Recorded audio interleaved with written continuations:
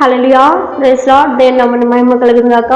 ఈరోజు మిమ్మల్ని అందరినీ చూడడానికి దేవుడు ఇచ్చిన కృప కొరకు దేవుని ఎంతగానో స్తుతిస్తున్నాను. ఈరోజు కన్నా దేవుని యొక్క వాక్యం మనం గమనించినట్లయితే యెహెజ్కేలు 36:11 ఈ విధంగా రాయబడి ఉన్నది. మునుపటి కంటే అధికమైన మేలు నేను మీకు కలుగజేసేదను. ఈ యొక్క వాక్యంలో మనం చూస్తామన్నమాట. మునుపటి మేలు కంటే అధికమైన మేలు నీకు కలుగజేసేదని అనేసి దేవుని యొక్క వాక్యం సెలవిస్తుంది అనమాట.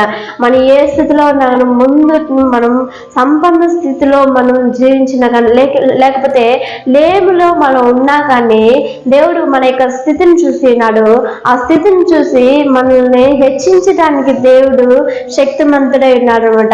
ఈ ఉదయకాల సమయంలో దేవుడు మనతో మాట్లాడుతున్న మాట ఏమిటంటే, మునుపటి మేలు కంటే, మునుపటి ఉన్న దానికంటే, మునుపటి ఉన్న స్థితి కంటే దేవుడు అధికమైన మేలుని, అధికమైన ఆశీర్వాదాన్ని మన యొక్క జీవితంలో దేవుడు ఇస్తాడని దేవుడు వాగ్దానం చేస్తున్నాడు అనమాట.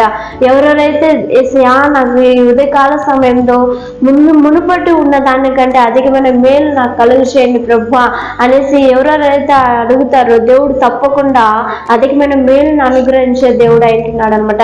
యోబు గ్రంథంలో మనం చూసినట్లయితే యోబు ఏమంటున్నాడంటే, యోబు 1వ అధ్యాయంలో అతనికి అన్ని కలిగి ఉన్నది, అన్ని అతను యోబు 1:10 చూసినట్లయితే దేవుడు తన కలిగిన సమస్తం చుట్టూ కంచి వేస్తున్నాడంట. సాతాను వచ్చి యొక్క దేవుని దగ్గర అడుగుతున్నాడు, అతను కంచి తీసివేయండి అనేసి దేవుని దగ్గర అడిగినప్పుడు దేవుని పర్మిషన్తోనే సాతాను ఏం చేశాడంటే ఆ యొక్క యోబు ఇంట్లోని ప్రవేశించడానికి దేవుడు ఆ యొక్క దారి చూపాడు. అయితే తన అన్ని పోగొట్టుకున్నా కూడా తన తన తన యొక్క భార్య నువ్వు దేవుని దూషించి మరణం అవ్వు అలా అనేసి తన భార్య చెప్పినా కానీ తన విశ్వాసాన్ని విడవకుండా దేవుడు యోబు ఏం చేశాడంటే దేవుని పట్ల విశ్వాసాన్ని అధికంగా చేసిన దానివల్ల, దేవుని స్తుతించిన దానివల్ల అతనికి ఏమైందంటే యోబు 42వ అధ్యాయం 10వ వచనంలో చూస్తాము. ఏమనంటే 42:10 ఏమని చెప్పిందంటే, తన స్నేహితుల కొరకు ప్రార్థించినప్పుడు యోబు తన యొక్క క్షేమ స్థితిని మరలా దేవుడు దయచేసినాడంట. పూర్వం ఉన్న దానికంటే అధికమైన మేలు దేవుడు యోబుకి అనుగ్రహించాడనమాట. యోబు ఏం చేశాడంటే తన యొక్క జీవించిన దినాల్లో ఏం చేశాడంటే ఒక్కొక్క రోజు తన యొక్క పిల్లల కొరకు ప్రార్థించేవాడట.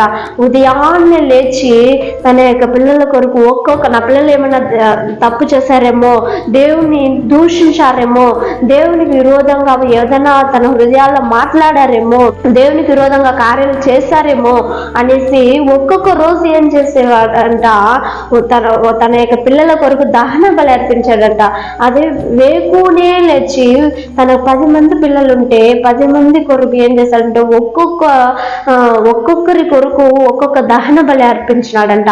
ఆ విధంగా తన యొక్క మరలా పోగొట్టుకున్న తర్వాత తన స్నేహితుల కొరకు మరలా ప్రార్థన చేయగా పూర్వం ఉన్న దానికంటే కూడా 2 ఆశీర్వాదాన్ని యోబు పొందుకోగలిగినాడంట.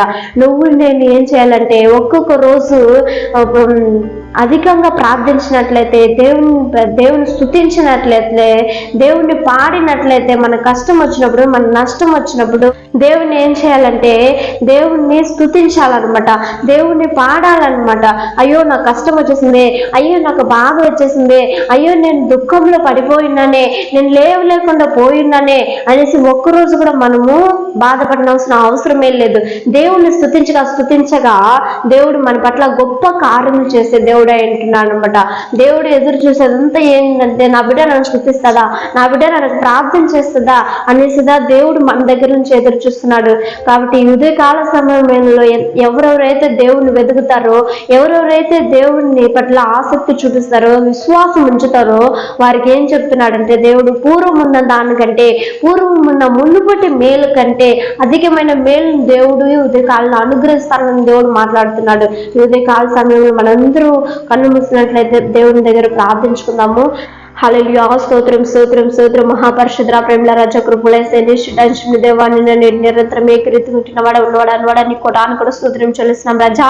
ఎస్యా నీకు స్తోత్రం. ఉదయ కాల నా తండ్రి యెహెజ్కేలు 36:11 రాయబడిన రీతిగా నా తండ్రి, ఒకవేళ మేము గతంలో ఏదైనా పోగొట్టుకున్నాను సరే, ఒకవేళ నా గతంలో ప్రభా ఏదైనా ఆశీర్వాదం పొందకపోయినాను సరే, అయితే ఈ ఉదయకాల సమయంలో మీరు చెప్తున్నారు కదా ప్రభా, మునుపటి ఉన్న దానికంటే అధికమైన మేలుని నేను నీకు కలుగజేస్తానని చెప్పినారు కదా ప్రభా.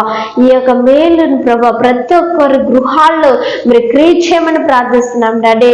నీ మాట సెలవుస్తుంది, నీ మాట అవునంటే అవును, కాదంటే కాదని చెప్పినారు కదా ప్రభా. ఈ ఉదయకాల సమయంలో మీరు మాతో మాట్లాడిన ఈ మాట కొరకు స్తోత్రం రాజా.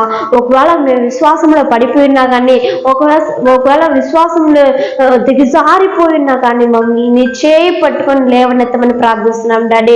యేసయ్యా స్తోత్రం. మమ్మల్ని ఆదరించే పరిశుద్ధాత్మ దేవా నీ కోటాను కూడా స్తోత్రం చెల్లిస్తున్నాం దేవా. గొప్ప కార్యంలో ఒక్కొక్క బిడ్డ జీవితంలో మీరు జరిగించమని ప్రార్థిస్తున్నాం డాడీ. ఏ యొక్క దుఃఖంలో ఉన్నా కానీ, ఏ యొక్క చింతతో ఉన్నా కానీ, ఏ యొక్క తలంపులతో మేము యేసయ్యా కృంగి ఉన్నా కానీ, ఆ యొక్క సమస్యల నుంచి మమ్మల్ని లేవనెత్తమని ప్రార్థిస్తున్నాం డాడీ. అధికమైన మేలను మీరు అనుగ్రహించబోతున్న స్తుతి స్తోత్రం చెల్లించుకుంటూ నజరేయుని యేసు నామములో అడుగుకొని పొందుకొని ఉంటున్నాం తండ్రి. ఆమేన్. దేవుని నామానికి మహిమ కలుగును గాక. God bless you.